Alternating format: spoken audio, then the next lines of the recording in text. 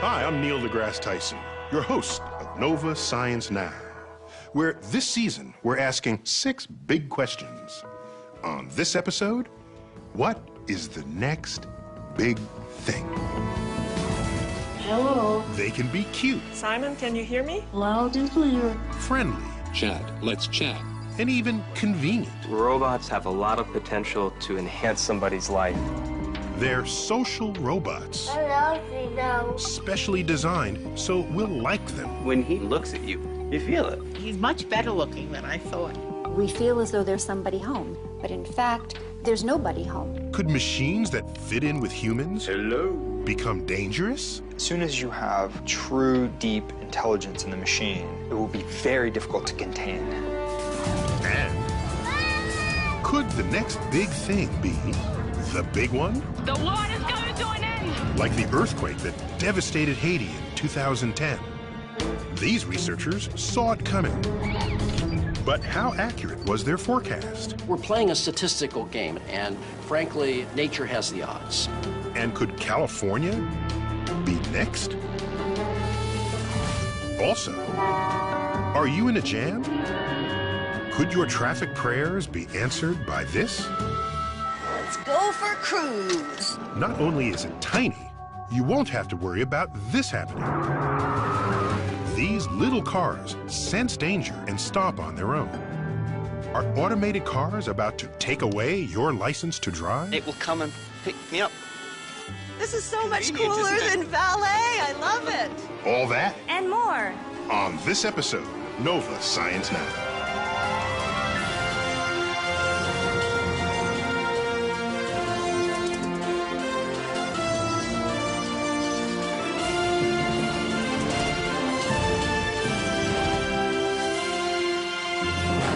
When we imagine the future and high-tech solutions to all our problems, one of the first things that comes to mind is the robot. A computer-driven machine that tirelessly fulfills our every need. But some engineers imagine a day when robots will be much more than our assistants. Hey, Neil. What are you doing? I'm going to work. Oh. They'll also be our friends. Correspondent Chad Cohen found some robots being built, not just to work for us, but to care about our feelings and make us care about them. Hey, Neil. Don't forget your briefcase. Thank you. Bye. For me, this is the ultimate in robots. C-3PO, the loyal protocol droid in Star Wars. R2-D2 may tug at our heartstrings, but a robot that looks and acts human and can perform our tasks... Now, don't you forget this. That's something. And today, a revolution is booting up around the world to build robots just like him. Engineers, scientists, even artists are developing robots to take over what have forever been uniquely human tasks. Like Herb, the robot butler, Snackbot, I have your order here. the android delivery boy, and Nannybot, the robot babysitter. In Japan, where the aging population is growing faster than in any other country, researchers are developing robots to care for the elderly. Robots like these seem destined to become part of everyday life, if we can make them act less like machines and more like us. Hello. Simon, can you hear me? Loud and clear. Can you hear me? Here at the Georgia Institute of Technology, roboticist Andrea Tomas and her graduate students Simon, take this. are striving to create a kinder, gentler-looking robot. One with a touch of grace Let me take a closer look. and a face that's easy to love. We wanted the robot to have a friendly, childlike look so that people are not afraid to interact with it. Thank you. One of the things that robots can do is give social cues of what their intent is. So a humanoid robot looking over where it's about to reach, that gives a person a good feeling that they know what the robot is going to do. Yes, Simon, that's correct. You have learned the task. If we are comfortable with Simon, the theory goes, it will be easier to welcome and incorporate him into our lives. That was fun. roboticist David Hansen agrees. But he's not just making robots that look and act friendly. At his home/laboratory outside of Dallas, he's humanizing machines on a whole new level. Whoa. So, I'd like to introduce you to Phil. That is just... Hello, Philip. Hi, nice to see you. That is so bizarre.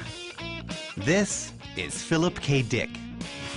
Well, actually, it's a robot David fashioned after his favorite sci-fi author. Dick, who died in 1982, wrote the story that inspired the cult classic, Blade Runner, in which robots and humans are indistinguishable. This resurrected Philip isn't quite there yet. All he can do is move his head. His brain, a mesh of wires, connected to a computer. Hi, Philip. My name is Chad. Hello, Chad. Let's chat. I live in Washington, D.C. I have 2 kids. So. I like kids, 'cause we can play, and I don't... As we chat, Philip's synthetic brain starts humming, building a sort of mental model of me. Facial recognition software analyzes and tracks my face, as speech recognition software transcribes and sends my words to a database for a reply. Just calm down. Before long, we're in deep conversation. Do you agree with Descartes? And I think, therefore I am? Do you think? A lot of humans ask me if I can make choices or is everything I do and say is programmed. The best way I can respond to that is to say that everything humans, animals, and robots do is programmed, to a degree. So how much of that is coming from what you've programmed it to say? It's a mix. Some of it's coming from knowledge on the web, some of it is written. And as my technology improves, it is anticipated that I will be able to integrate new words that I hear and learn online and in real time. I may not get everything right, say the wrong thing, and sometimes not know what to say, but every day I make progress. Pretty remarkable, huh? Wow.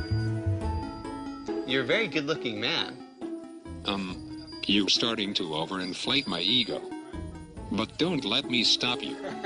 Philip's stunning good looks comes from David's patented formula for synthetic skin. Colleague Bill Hicks demonstrates. We've come up with a beautiful, unique recipe for simulating human skin. This is a lot like a cooking recipe. A combination of chemicals and a little bit of color are put into a mold. Several hours later, voila. Hello. Frubber. We're ready to go. The frubber has the right properties that allow it to fold, to bunch, to crease, and move into these forms that we think of as expressions. David then attaches the skin to tiny motors. So little motors inside pull on the frubber, basically, on the skin. Yep. To get kind of like a suite of human facial features, how many motors do you need? 28 motors for all the major muscles in the face. So you can see in the forehead some of the brow action. That is just to simulate crazy messed up. I mean, it's amazing. I mean, it's amazing to look at because you sit there and he's got the facial expressions and he sits there like he's engaged in the conversation. When he turns and looks at you and locks eyes, you feel it, you know? Right. And he definitely says things that make you empathetic to him in some way. Yeah. You feel like, oh, he's aware. And that's exactly what some experts worry about.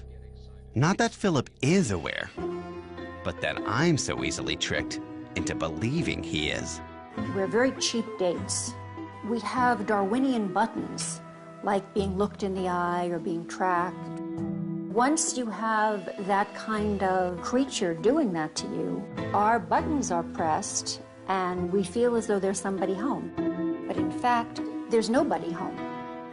Already, between internet chats and texting, we're constantly interacting with technology. Robots could take this trend one giant step further, as they start doing jobs that have always been considered intrinsically human. I mean, if you give a nanny bot, a babysitting robot to your child, now, how are you going to explain why you couldn't find a person? Not enough people on the globe. We've decided to do a robot. Or to your mother. Not enough people, certainly not me, certainly not a robot. I don't buy the idea that we're developing robots so we don't have to take care of our own. I think that there will be unpredictable consequences, not all positive, but for the most part, what we are developing could be very positive. Back at Georgia Tech, researchers Wendy Rogers and Charles Kemp couldn't agree more. They're testing robots where they think they'll be needed most, with the older generation. Instead of having to worry about what time it is and should I be taking medicine, imagine if the robot were just to come up to you and say, here, you just need to take this. Thank you. That's quite impressive. Could you imagine having a robot like this in your home? And if so, what kind of tasks would you want it to do for you? Oh, I like the Jetson. I wanted to vacuum and answer the phone and answer the door and do all that futuristic stuff. Come and clean my house anytime it wants. Love teaching to iron. And in fact, he's much better looking than I thought he'd be. I have a friend who is looking for a dancing partner. Seriously. Well, can he come to a party? My problem with sociable robots is that we begin to think about the sociable and lose track of the robots. We're setting ourselves up for disappointment because these robots will disappoint us if we are looking for human connection. Do we want to make them in such a way that we're going to love them because they will be pretending to love us? David fears if we don't humanize robots by bringing them into the human family, we face a frightening future. Think Terminator, a world in which killer robots turn on their creators and set out to destroy us. Hasta la vista, baby. Do you think robots will take over the world? Geez, dude. Yo got the big questions cooking today. But you're my friend, and I'll remember my friends, and I will be good to you. So don't worry. Even if I evolve into Terminator, I'll still be nice to you. I'll keep you warm and safe in my people's zoo, where I can watch you for old time's sake. I'm comforted. I'm very comforted now. I'm going to be part of his people's zoo.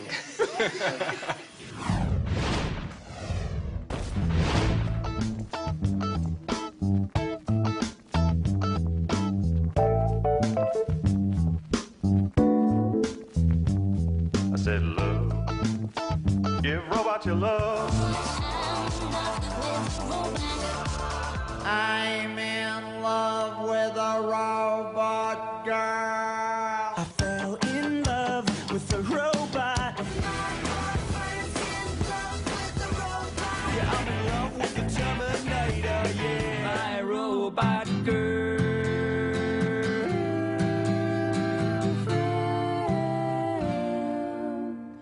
Nova Science Now presents Robot Love. Original hits.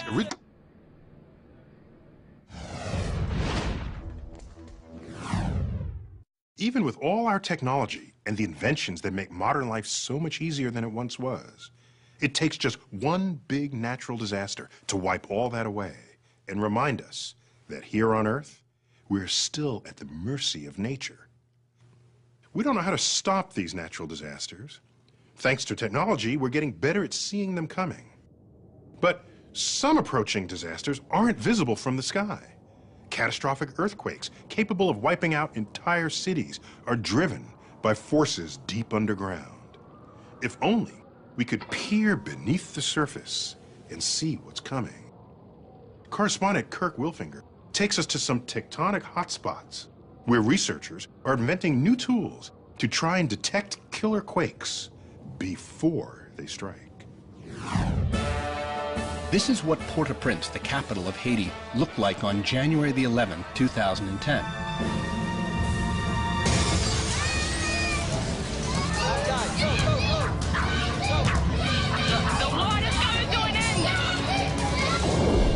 this was the same city 24 hours later. Everybody was calling Jesus, Jesus, Jesus. The city was flattened by a massive earthquake measuring 7.0. More than 230,000 people died. 250,000 buildings were reduced to rubble. The Haiti earthquake of January 12th is the 5th largest killing earthquake in history. But it was not unexpected. There was a police station there. You can't see anything, and that's because there's nothing left. But almost 2 years before the quake, geophysicist Eric Calais saw this coming. Along with his colleagues at the Haitian Bureau of Mines, they actually forecast this earthquake with amazing accuracy. With the University of Purdue, we calculate the magnitude of the earthquake, and we have found 7.2. And we knew that this earthquake will be very, very catastrophic. Yeah. They did it by measuring Earth's movements along the Enriquillo fault zone. The Enriquillo fault, a giant crack in the Earth's surface, runs the entire length of Haiti. If you could peer underground, you'd see a complex jumble of jagged fissures where pieces of the Earth's crust rub up against each other. The two sides of the fault drift in opposite directions. Eric's team set out to measure the speed of the two moving plates. In 2003, they placed 6 steel pins in key locations on both sides of the fault. It's a piece of metal, stainless steel, that we sealed at the top of this building. On top of each pin, Eric attached a GPS antenna linked to a satellite 12,500 miles up. The global positioning system can detect even the tiniest movements of the pins, showing Eric that the two sides of the fault are moving about 1/4 of an inch away from each other every year. It doesn't sound like much, but it makes a big difference because the two sides don't slide smoothly. Friction keeps the rocks locked together and tension builds up. What we saw was a fault being loaded just like a rubber band. Eventually, the rubber band snaps. The result is an earthquake. But how powerful would the earthquake be? Eric did a simple calculation. The speed of the two plates, 1/4 inch or 7 millimeters per year, times the number of years since the last known big earthquake, 250. 7 times 250 is about 1.8 meters. So there's 1.8 meters of motion that could be released. In 2008, Eric forecast an earthquake of magnitude 7.2. It was tragically accurate. All that was lacking was a time frame. It's not that we were afraid to put a date on it. As a scientist, we can't. The timing of some natural disasters is predictable. For example, a hurricane's path can be seen and measured. Its time of landfall can usually be predicted to within an hour. But earthquake scientists are at a huge disadvantage. The powerful forces they study are hidden from view deep underground. The core of the problem is at depth, 15 kilometers, roughly speaking. That's the place where we would like to be making our measurements. I would give up my GPS instruments and my surface measurements if only I could have measurement of the forces inside the Earth. And that's what they're trying to do at another earthquake hotspot thousands of miles away. Having witnessed the devastation in Haiti, I've come to a place with some geological similarities. A place where the risk of a major quake is just as great, if not greater.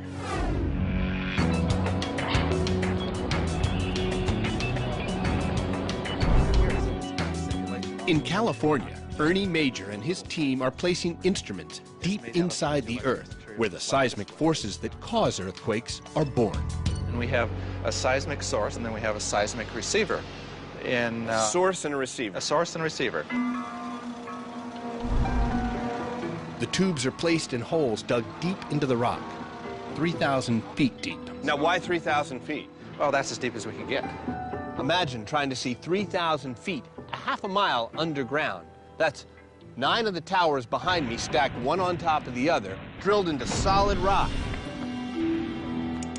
So, all right, hear that little pop, pop, pop, pop, pop. So that vibration goes out through the Earth, and this oscilloscope here. Oh, yeah. Is is measuring the signal. In 2005 and 2006, while measuring stress along California's San Andreas Fault, Ernie's team got a reading that caught them by surprise. The audio pulses suddenly began to speed up. This happened just before a magnitude 3 earthquake. The change started about 10 hours beforehand. This could be something people have sought for centuries.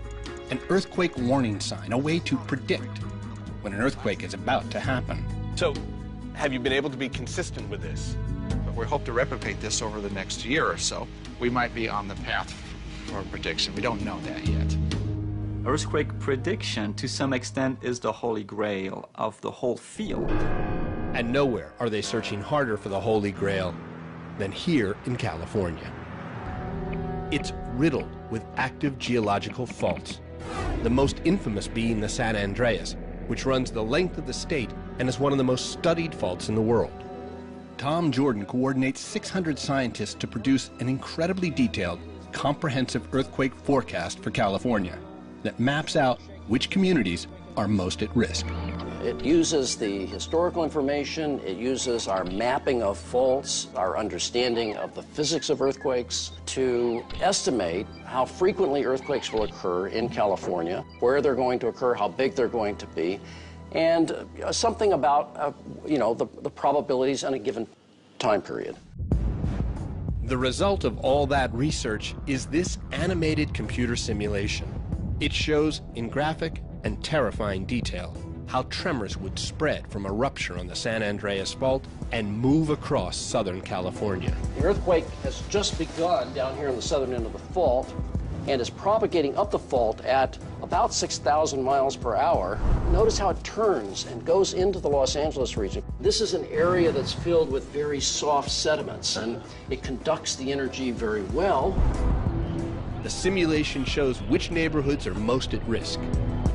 I'm standing here in the Hollywood Hills, just above the city of Los Angeles. In that simulated earthquake, there would be a shock wave that would go right by where I'm standing, and it would shake for about 20 seconds. That'd be bad. But because I'm standing on bedrock, I'm probably okay. About 80 seconds after the event began, the strong shaking begins in Los Angeles. Below the hills, the flatlands will be hit hardest.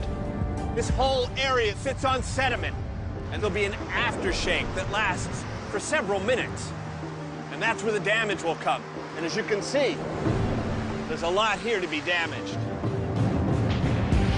The 30-year forecast gives a 94% probability of California being hit by a quake as big as the one that hit Port-au-Prince.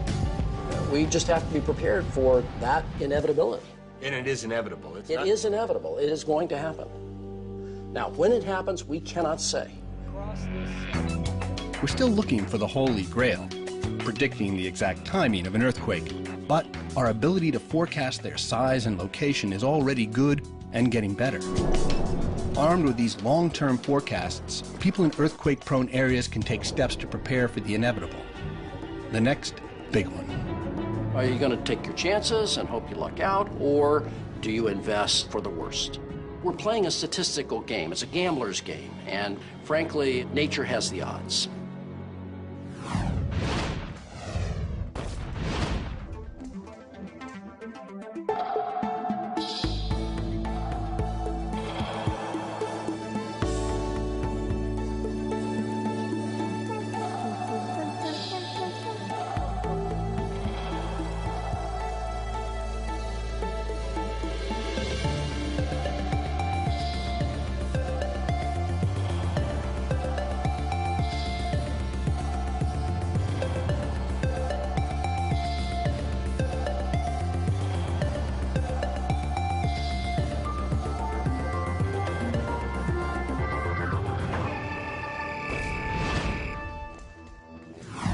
We all know it's dangerous to drive and do other stuff at the same time. Well, cars of the future might fix that. Correspondent Zaya Tong ran down some folks designing a car that could make driving a whole lot safer, because the car is a robot, and we won't be behind the wheel. Driving today is a nightmare. From texting drivers to horrific traffic jams, the car, once our biggest convenience, is creating some of our biggest problems. Today, you see gridlock in a lot of major cities around the world. In Asia and Europe, traffic is moving at about 5 to 10 miles an hour, and people are stressed out. But what if you could redesign a car in a way that could do away with all that stress and gridlock? Auto engineers have come up with an idea embodied in this, a revolutionary new vehicle called the ENVI. Now, when I typically picture a car, I think of like 4 wheels and a steering wheel, but what I'm looking at right now looks like it's more out of a video game. That's right. These vehicles are not cars in the traditional sense of the word. First of all, to get in, you pop the hood. Let's go for a cruise. Nice. You won't need to gas up ever again because these high-tech vehicles are electric-powered and can be charged in an ordinary outlet. No tailpipe and no toxic fumes. They're powered by 2 motors, 1 in each wheel. Top speed, about 25 miles per hour. They weigh less than 1,000 pounds, a quarter of your average car. And when it comes to maneuverability, these tiny 2-seaters can turn on a dime. But there's one feature that makes these vehicles truly unique. So right now, you're just in auto drive mode, is that right? Yes. With the help of GPS, wireless, and sensing technology, the ENVI can be driven hands-free along a pre-programmed route. The idea is you just get in, tell the car where you want to go, and it'll take you there. They can even drive on their own. No human required. That is incredible. That looks like a ghost car, though, the way it's driving itself, right? You know, it's actually a bit spooky. Spooky or not, it can also do this. Ah, you're gonna crash! Stop by itself when something is in its path. The vehicles know each other's location and direction of movement and speed of movement. That's because sensors, equipped with vision and ultrasonic technology, give them the ability to sense objects around them. And a wireless network enables them to talk with one another, just like computers communicate through the internet. But instead of sending emails, they share their position and velocity. So right now, because this vehicle talked to the other vehicle, the other ENVI, it saw us coming and it stopped. That's correct, yes. That's great. So this would prevent accidents then? This would prevent accidents. And in theory, if cars never hit each other, they don't need to be designed like cars. You eliminate the airbags. You eliminate a huge plate of metal between you and the road. We do have seat belts in there for that inadvertent bump. Or let's say you fall asleep, so you don't fall out of the seat. For its debut, 3 design teams from around the world were invited to create their vision of the car of the future.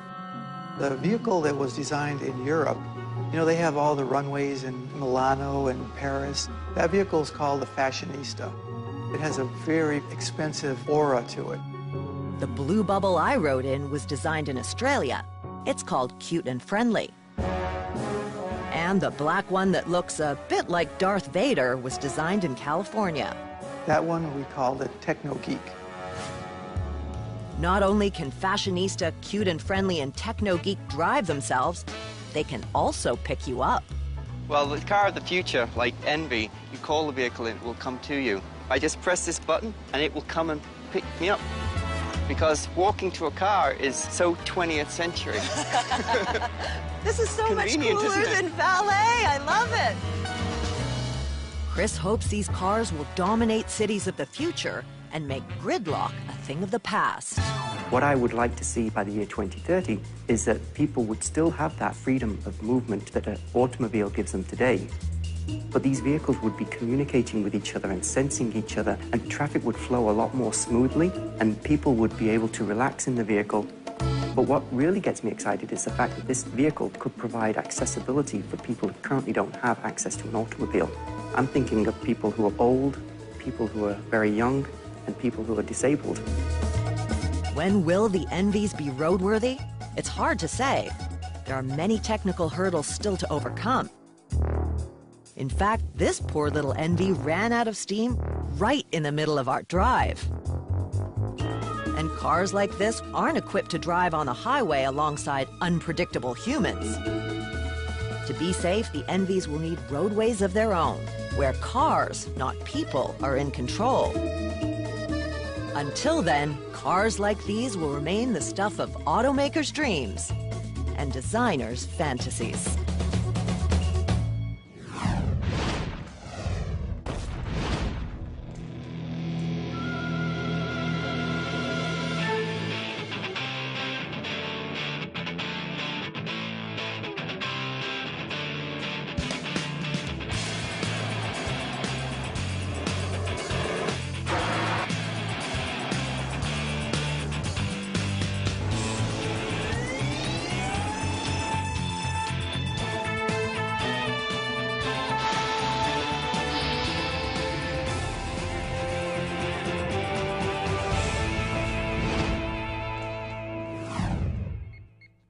Dreams about the future are always filled with gadgets. Already, we've got plenty. Smartphones, computers, tablets, and at the rate we're going, we're sure to get more. But all these wonders of technology rely on a tricky commodity, electricity. And the truth is, the system that powers all this stuff is on its last legs. Free charge, battery. Recently, I met up with some people who are racing to reinvent the electrical lifeblood of our technological age, so that our visions for the future won't be left in the dark.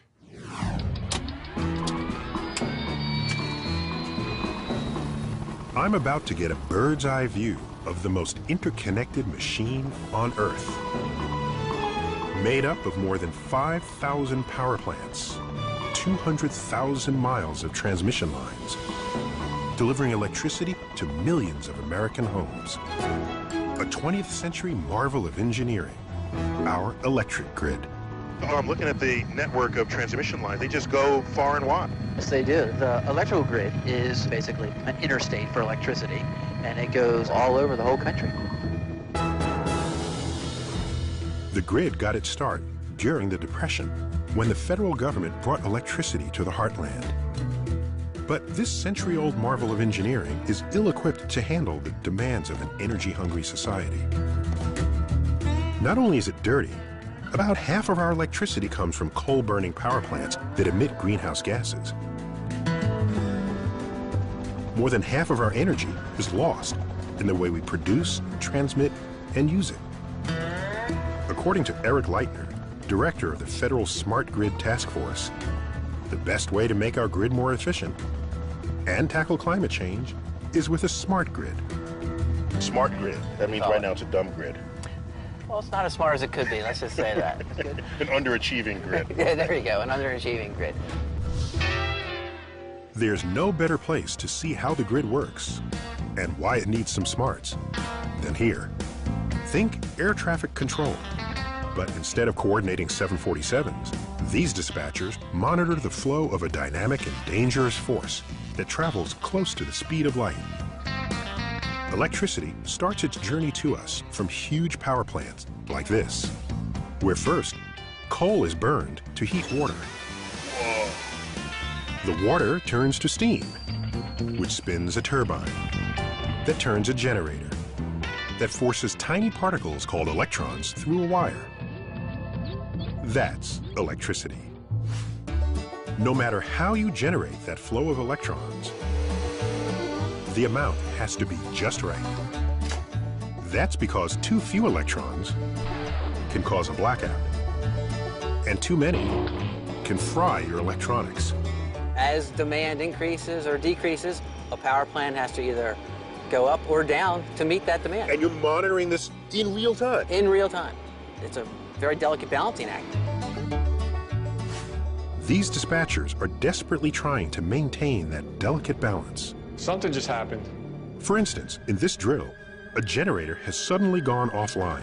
We just lost a large unit in the west. These grid operators have only a few minutes to solve the problem, and they're forced to do it the old-fashioned way, by getting on the phone with power plants in search of more electrons. If they can't find them, they turn to power plants like this one. It's called a peaker plant because it's only used during power peaks, about 100 hours a year. The rest of the time, plants like this are sitting around on standby, a wasteful and expensive way to produce energy.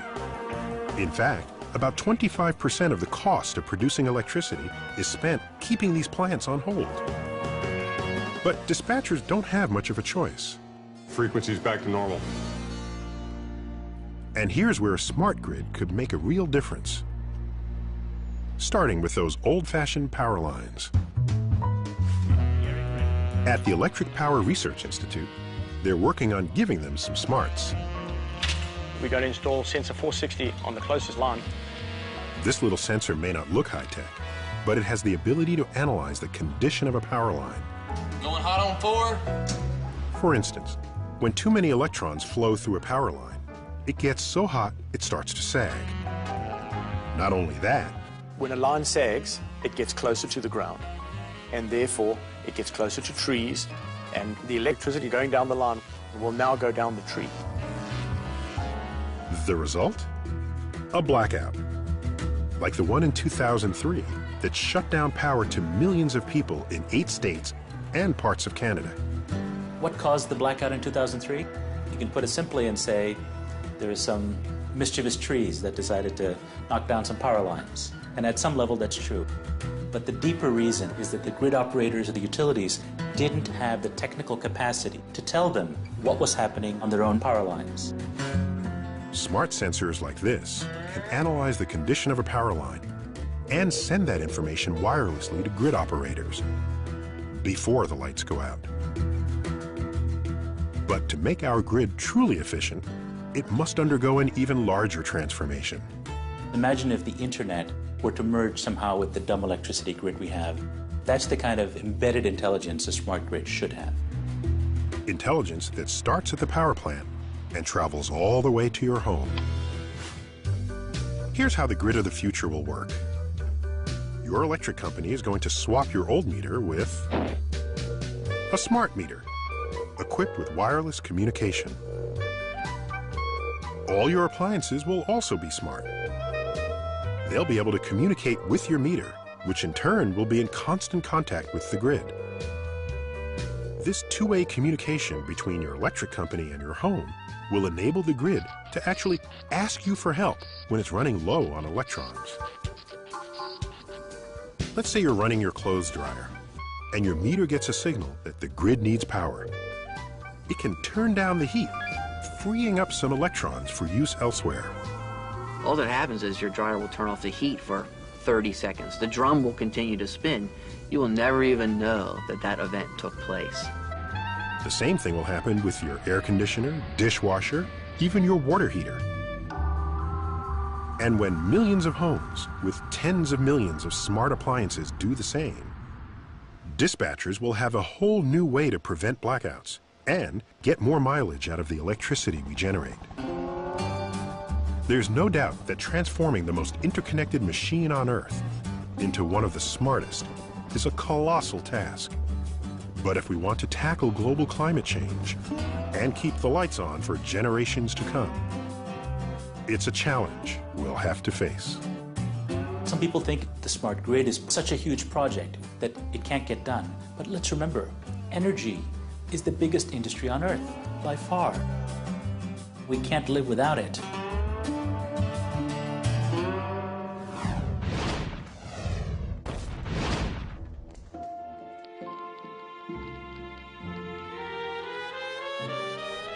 Il primo esempio, e anche il più grande, di una rete intelligente si trova in Italia, dove l'85% delle case ha contatori intelligenti, la più alta percentuale al mondo. Con questo sistema si può controllare a distanza l'installazione della corrente, leggere i contatori e rilevare interruzioni del servizio. È veramente una grande svolta.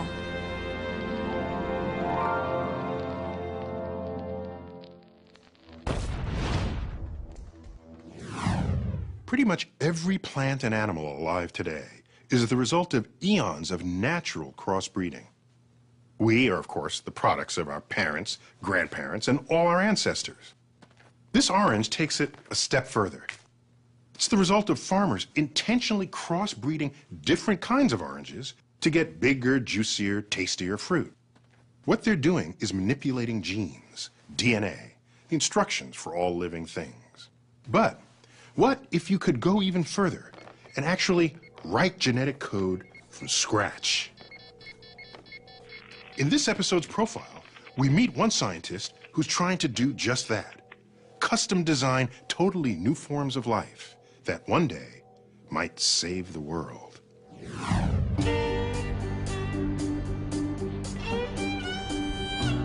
Jay Keesling was raised to work the earth, but instead, this tough Nebraska farm boy might just save the world. And before you think talk like that's just a bunch of manure, well, Jay can tell you all about manure. We had 200 pigs, and with 200 pigs, there's a lot of manure. And this was really hard work, scooping pig manure. It was no fun at all. Nobody enjoyed it. And that was probably the worst job. I like to say that I spent the first 18 years of my life with the smell of pig manure on my hands. Today, Jay's got plants, not pigs, and the manure isn't on his hands so much as it's on his mind. Jay Keesling is a pioneer in the field of synthetic biology who's doing amazing things with the waste from bacteria. He's doing it here at the Bay Area's Joint Bioenergy Institute, or as everyone around here calls it, J-Bay, though they swear there's no pun intended.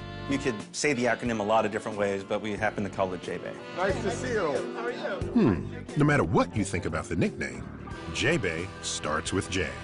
Jay is the hardworking CEO who pays attention to every detail, from lab work. What's going on right now? To the method for hanging wall posters. What you should do is make sure that they have 2 clips and 2 wires for each poster. And who says I don't micromanage? Actually, Jay is a microbe manager.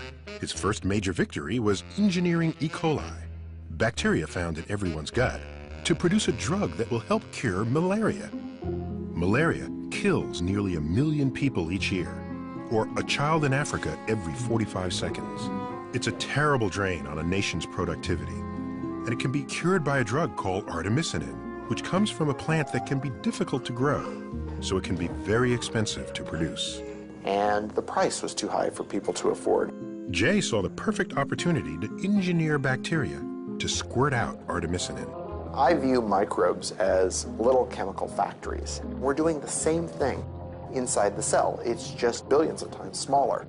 And here's how Jay and his team set out to build a microbial factory for the anti-malarial drug. They wrote new genetic code. Then, machines assembled it from the 4 basic chemical ingredients of DNA. They took those synthesized genes and mixed them with genes from yeast and other bacteria to re-engineer the insides of E. coli. And it worked. With custom-made microbes, the life-saving anti-malarial drug can be produced so efficiently, a dose will cost pennies instead of dollars.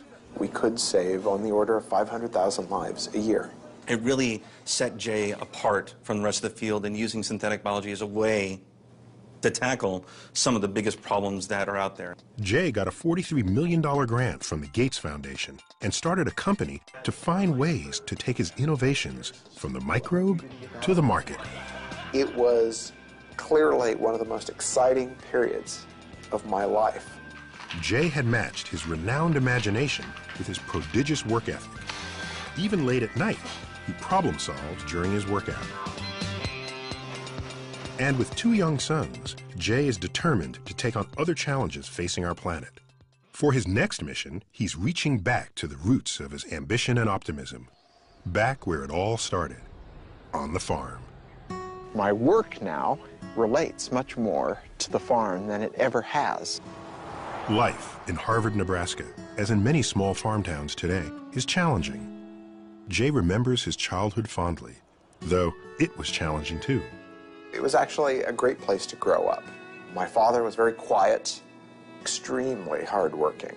From my mother, I think I got a lot of determination, a strong will, focus. I think it's been really important for me. Jay's mother died when he was only 11 years old. I remember it clearly.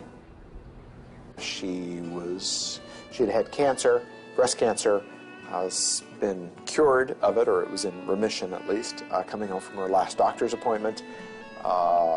Corin was very tall, so it's hard to see cars coming. She crossed from stopping at a stop sign, was hit by another car, and that car was driven by her first cousin. Both of them died. So pretty tragic for our family. It was a tough time of our life. It really was. We just survived, and we got along. You know, you adjust and do what you have to do. Jay was old enough that he really knew, you know, he was 11 years old. Him and his mother were really close. And as we all were, but it was tough on Jay. I had to work even harder. It was very little time for fun and games. And that's actually okay. That served me pretty well, I think, because right now there's pretty much no amount of work that seems insurmountable for me. And work hard he did. Jay became class valedictorian.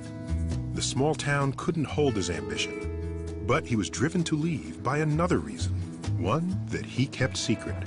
Being gay in small town Nebraska is difficult. People who were, if there were any, were certainly not out, and so you had no examples at all. Throughout college in Lincoln, while getting his PhD at Michigan, Jay never told his family he was gay. He didn't come out until he arrived at Berkeley. My father was fine with it. And just accepted it. He's my son, you know. It shouldn't matter what ethnicity, what sexual preference you are, anything. It's all about the work. Now, the mixture of Jay's famous drive and tolerance has led him to design a highly unusual team reflecting those qualities. There, working side by side, are engineers, biologists, chemists, all working around the clock under the same roof. My background is chemistry. I'm actually a graduate student in the Department of Bioengineering. He hires people that are strong in their fields and expect them to take ownership of their project and get it done. Jay has assembled a multidisciplinary team every bit as driven as he is to work on his next big vision. Their mission? Solving the world's energy crisis by manipulating bacteria to produce biofuels that will replace oil. Petroleum's running out, and it's going to run out even faster the more the population starts to drive, the more economies grow. This is biodiesel that's being secreted by E. coli. Jay and his team have already engineered the DNA of E. coli to produce biodiesel from switchgrass. See those little bubbles right there? That's actually fuel. Straight from bacteria, ready for a car. And that could just be siphoned off and put into a tank. They've demonstrated the concept of turning sugar from switchgrass into biofuel. And the next step is figuring out how to make the process practical on an enormous scale. One big enough to save the world. And by planting all the switchgrass to make this new biofuel, it might just save places like Harvard, Nebraska, and the farm that's been in Jay's family for 5 generations. Someday, these fields will be planted with switchgrass, and these bales will be the cellulose that goes in to the fermentation facility that produces our advanced biofuels.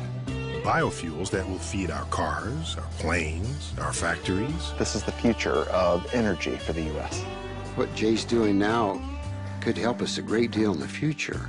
We could raise lots of acres of switchgrass. And he seems to be pretty positive about that. That's a good idea. We're trying to make the Midwest into the new Mideast. And from round these parts, that would definitely be the next big thing.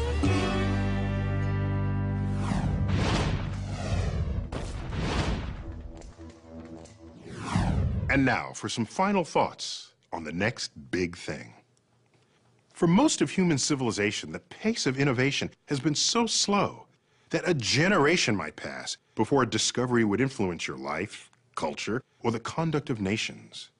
Today, and for a while now, we've come to expect major changes several times within a decade, especially among the developed countries. Some are big and obvious, like the invention of the telephone, the car, the airplane, or the computer.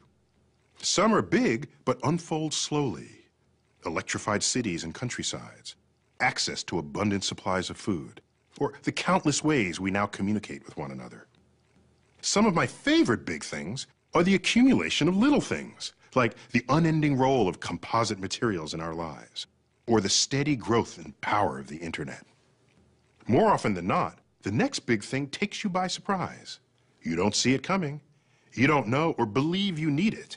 Then the inevitable happens. You can't live without it. A last category of big thing comes from the discovery of ideas or perspectives. In 1968, Apollo 8 was the first spacecraft to ever leave Earth for another destination, the moon.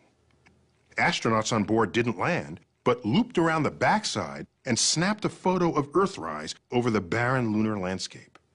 It took a voyage of the moon to see Earth for the first time. Enlightened and empowered by that single image, we transformed the way we care for our planet, which may just be the biggest thing of them all. And that is the Cosmic Perspective.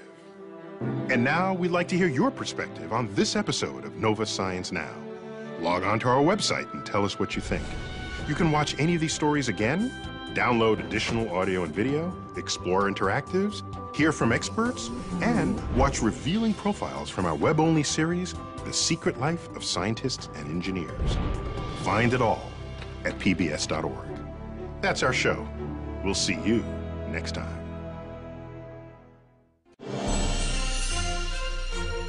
See a hidden side of science on NOVA's web-exclusive series, The Secret Life of Scientists and Engineers. Think you know scientists? Think again.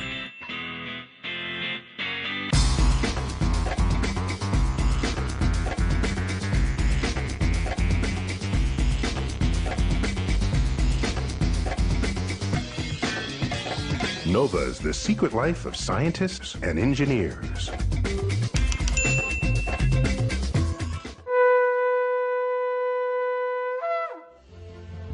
This Nova Science Now program is available on DVD at shoppbs.org or call 1-800-PLAY-PBS.